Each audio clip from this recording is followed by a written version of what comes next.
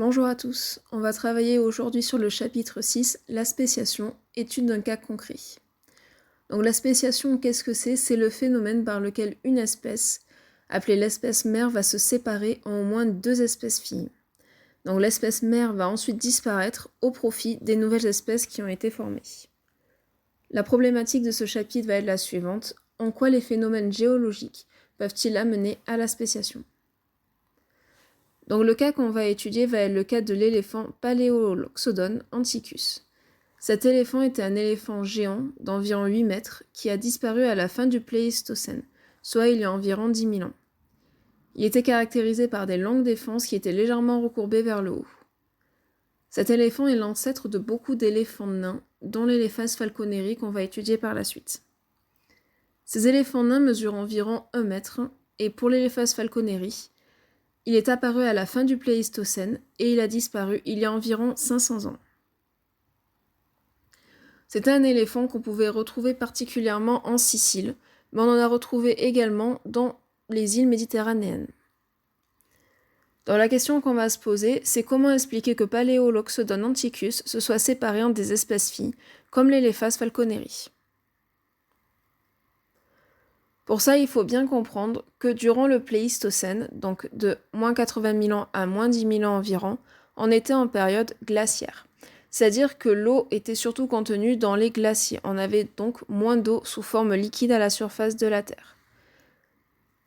Ce qui faisait en fait que la Sicile et l'Italie étaient reliées par ce qu'on appelle un isthme, c'est-à-dire une espèce de pont de terre, qui fait que les éléphants pouvaient circuler librement entre l'Italie et la Sicile. À la fin de l'ère glaciaire, qu'est-ce qu'on a eu? On a donc eu une fonte des glaces, une montée des eaux, ce qui a fait que certains éléphants se sont retrouvés bloqués, notamment sur la Sicile, et ont évolué en une nouvelle espèce. Donc avant de voir comment les deux espèces se sont séparées, on va chercher à comprendre comment on peut être sûr de ces informations sur le climat du Pléistocène. Donc le problème va être comment est-ce qu'on peut reconstituer un paléo-environnement, à savoir comment on peut reconstituer un environnement du passé. Pour ça, on s'intéresse tout particulièrement au principe d'actualisme, qui dit que le présent est la clé du passé. Donc pour expliquer un petit peu ça, on va prendre l'exemple suivant. On a retrouvé une roche sédimentaire qui datait de la dernière ère glaciaire, donc l'ère glaciaire du Pléistocène. Cette roche, en fait, c'est ce qu'on appelle le gros caillou, et qui se trouve à Lyon. Il s'agit en fait d'un bloc erratique, c'est-à-dire d'un fragment de roche qui a été formé par l'érosion d'autres roches. Ce bloc erratique a été déplacé par un glacier, et parfois même il a pu être déplacé sur de longues distances. Lors de la fonte du glacier, le bloc erratique va être abandonné sur place. C'est ce qu'on peut observer actuellement au Canada, où on voit justement que le glacier est en train de se retirer, il est en train de fondre, et qu'il est en train de laisser sur place un bloc erratique. Donc, si on utilise ici le principe d'actualisme, qu'est-ce qu'on peut en conclure?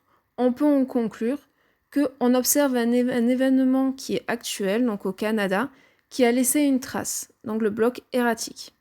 Or, on retrouve cette même trace, un autre bloc erratique, qui date de la dernière ère glaciaire. Donc, qu'est-ce qu'on peut en conclure? On peut en conclure que ce même phénomène, donc la fonte des glaces, s'est produite il y a environ 10 000 ans. On en conclut donc également qu'il y avait un glacier au niveau de Lyon. Et ce glacier a ensuite fondu et il a laissé ce bloc erratique.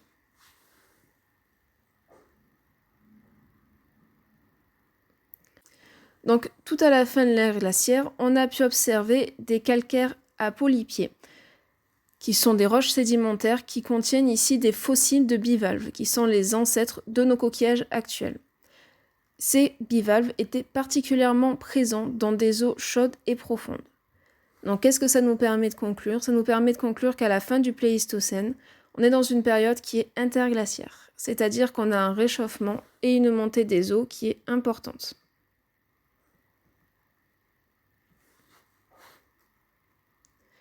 Donc, qu'est-ce qu'on peut conclure de cet atelier qui concernait la reconstitution d'un paléo-environnement sédimentaire.